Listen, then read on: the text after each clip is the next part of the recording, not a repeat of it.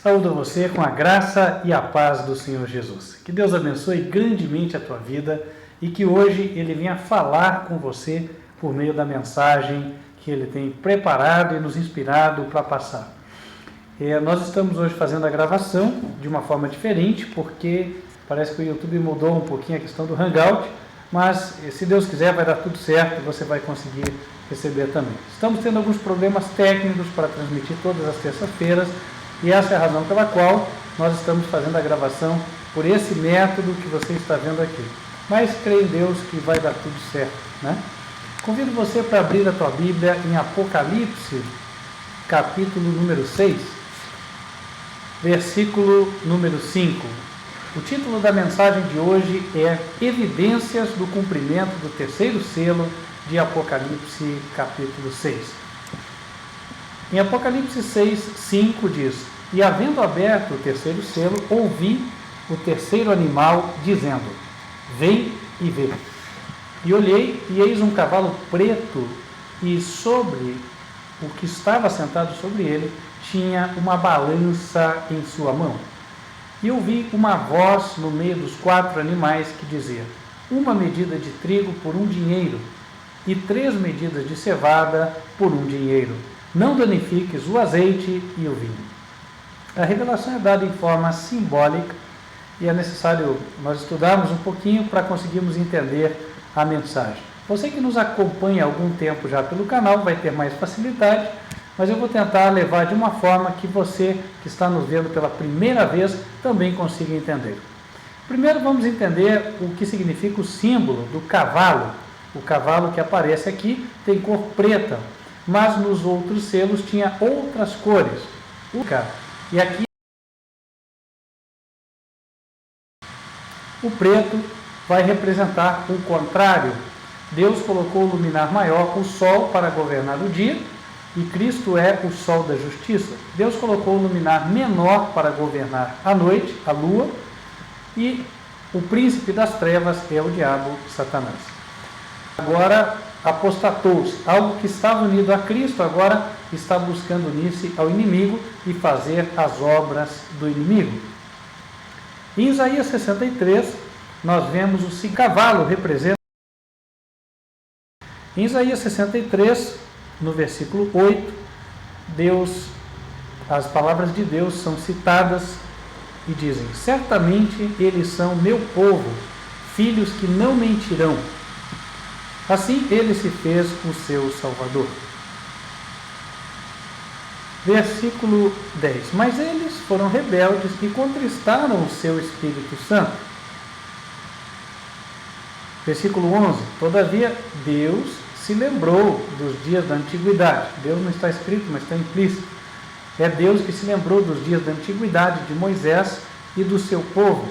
Versículo 12. Ainda falando da obra de Deus.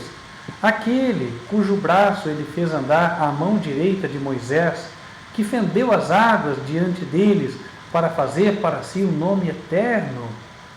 Verso 13, aquele, falando de Deus, que os guiou pelos abismos, como o cavalo no deserto, de modo que nunca tropeçaram. Então, o povo de Deus, guiado por Deus, é comparado com o cavalo. Claro que o instrumento mediante o qual Deus guiava o seu povo era Cristo, ok? Então Cristo é o que comanda o cavalo, é aquele que se assenta sobre o cavalo. Ele tem as rédeas da igreja, o seu povo. Em Apocalipse 6, portanto, o símbolo de um cavalo e alguém sobre ele representa a igreja e Cristo tendo as rédeas.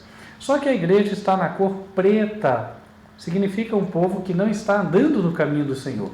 Isso fica evidente também pelo fato de, mais à frente, ele dizer assim, verso 6 de Apocalipse 6. Lá no finalzinho, não danifiques o azeite e o vinho.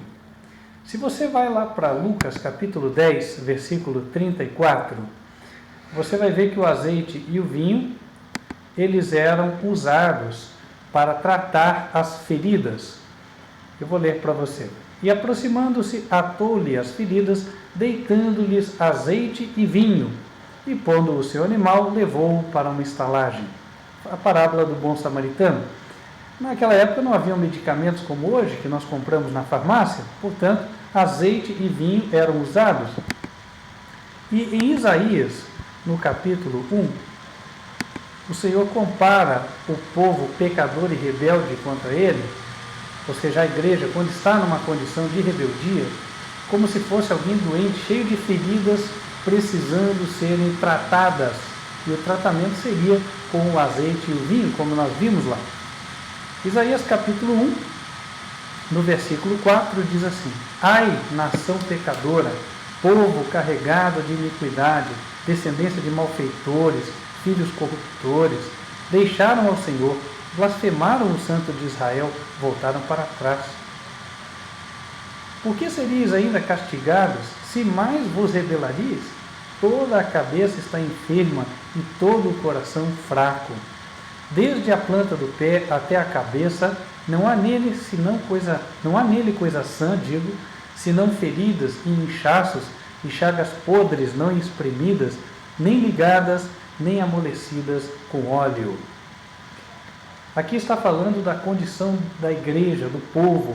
Eles estavam andando em rebeldia. Deus deu os seus mandamentos, porém eles andavam em desobediência. Sabiam o que era certo, porém faziam o errado.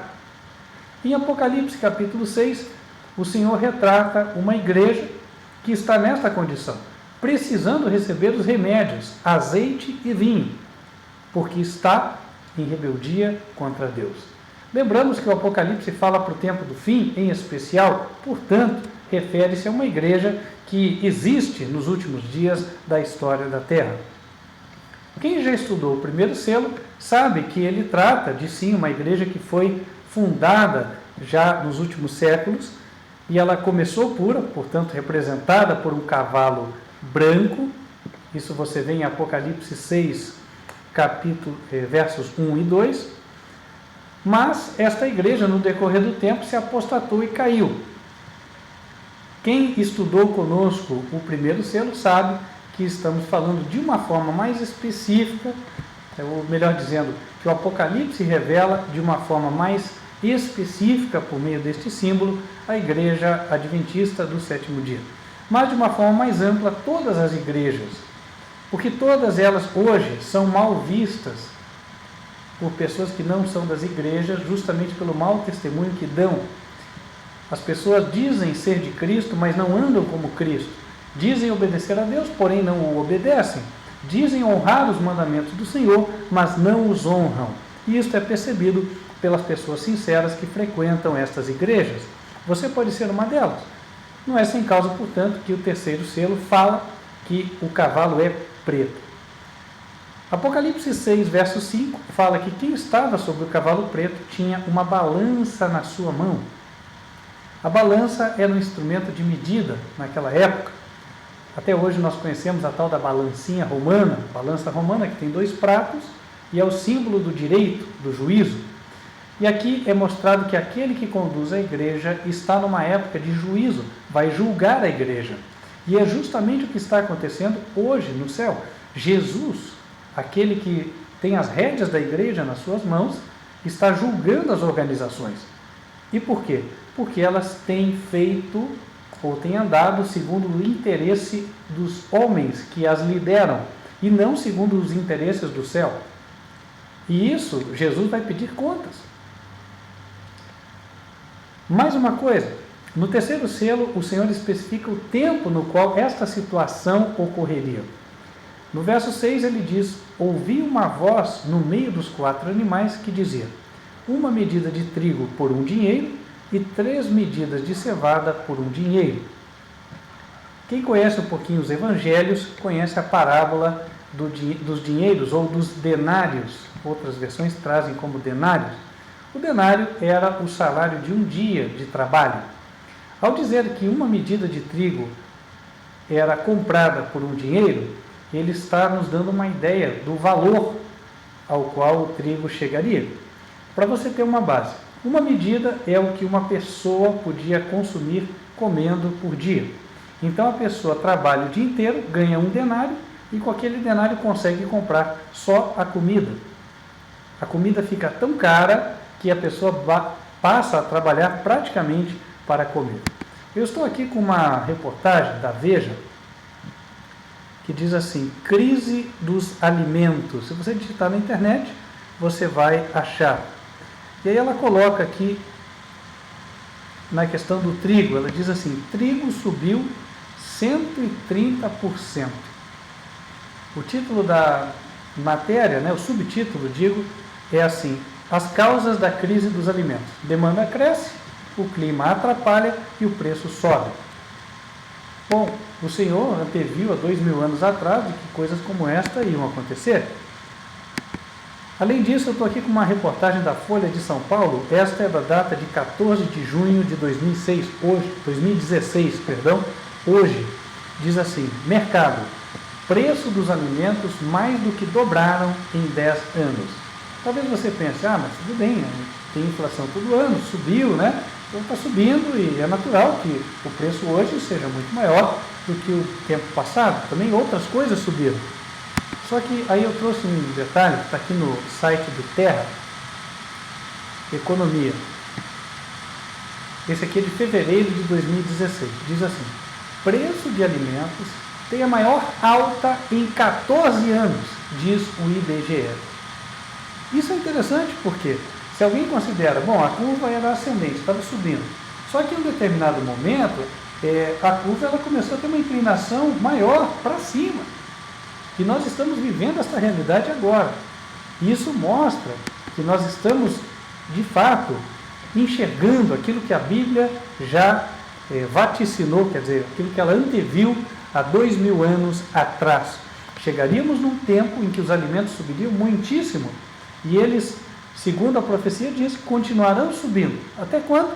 Até aquilo que você ganha ser o suficiente só para você comprar comida.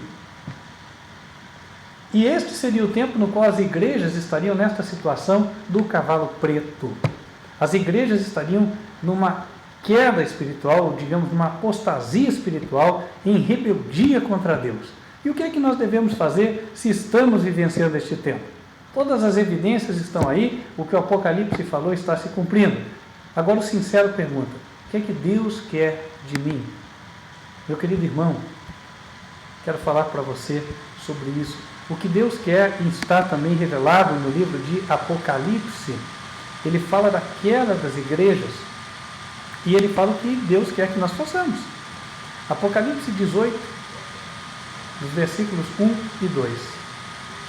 Depois dessas coisas, vi descer do céu outro anjo que tinha grande poder e a terra foi iluminada com a sua glória e clamou fortemente com grande voz, dizendo: Caiu a grande Babilônia.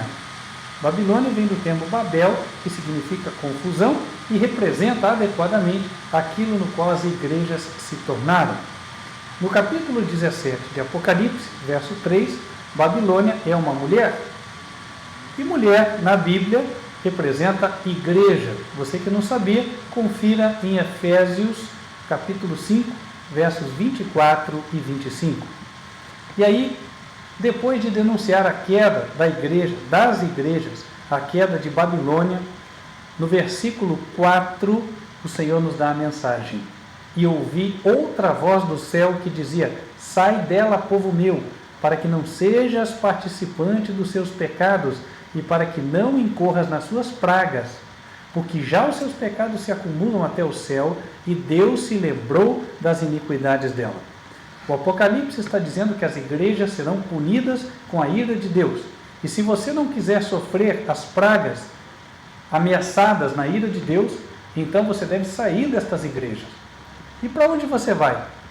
A Bíblia fala para você procurar a igreja que tem esta característica que nós vamos ler agora. Apocalipse 14, versículo 12. Aqui está a paciência dos santos. Aqui estão os que guardam os mandamentos de Deus e a fé de Jesus. Detalhe, não se deixe enganar. Muitos dizem que eles são a igreja guardadora dos mandamentos, quando em realidade não guardam. O quarto mandamento da Bíblia, em Êxodo 20, versos 8 a 11, diz: lembra-te do dia do sábado. Então, a igreja verdadeira guarda o sábado, mas não apenas isso. A igreja verdadeira adora o único Deus, não vai adorar mais de um. A maioria das igrejas, mesmo das sabatistas, adora três: Pai, Filho e Espírito Santo. Mas a igreja apostólica que Cristo fundou não adorava três. Abra comigo em 1 Coríntios, capítulo 8, versículo 6. Todavia, para nós, há um só Deus, o Pai. E o Senhor Jesus Cristo mesmo disse para aqueles que têm interesse em herdar a vida eterna, João 17, versículo 3, que a vida eterna é esta, que te conheçam a ti só, por único Deus verdadeiro, e a Jesus Cristo, a quem enviaste. E aqui fica o apelo para você. Você deseja fazer parte do povo que realmente guarda os 10 mandamentos do Senhor? Inclusive o primeiro que diz, não terás outros deuses diante de mim? Quer você adorar o único Deus, o Pai, rejeitando esta doutrina da trindade que veio do paganismo, nada tem a ver com o cristianismo, e que faz com que a igreja seja vista aos olhos de Cristo como um cavalo cor preta? Pois se você deseja unir-se aos remanescentes, ao povo que guarda os mandamentos de Deus, então você está convidado a fazer parte deste ministério, Ministério Quarto Anjo, Advertência Final. Entre em contato conosco, nosso e-mail é contato@advertenciafinal.com.br. Desejo que Deus abençoe grandemente a tua vida e Ele possa, repetindo, desejo que Deus abençoe grandemente a tua vida e Ele possa estar te guiando nesta caminhada e possamos estar juntos. Vai ser um prazer para nós te ajudar nesta caminhada também. Quero me despedir de você, mas não sem antes invocar a bênção do Senhor sobre a tua vida. Vamos orar? Que o Senhor te abençoe e te guarde. Que o Senhor faça resplandecer o seu rosto sobre ti e de ti tenha misericórdia. Que o Senhor levante sobre ti o seu rosto e te dê a paz. Amém. Ficamos por aqui. Espero que a mensagem edifique grandemente a tua vida e você continue nos acompanhando. Nós transmitimos sempre pelo canal YouTube, tome nota, youtube.com/TV Advertência Final, ou pelo site, se for ao vivo, advertenciafinal.com.br. Deus te abençoe e até a próxima.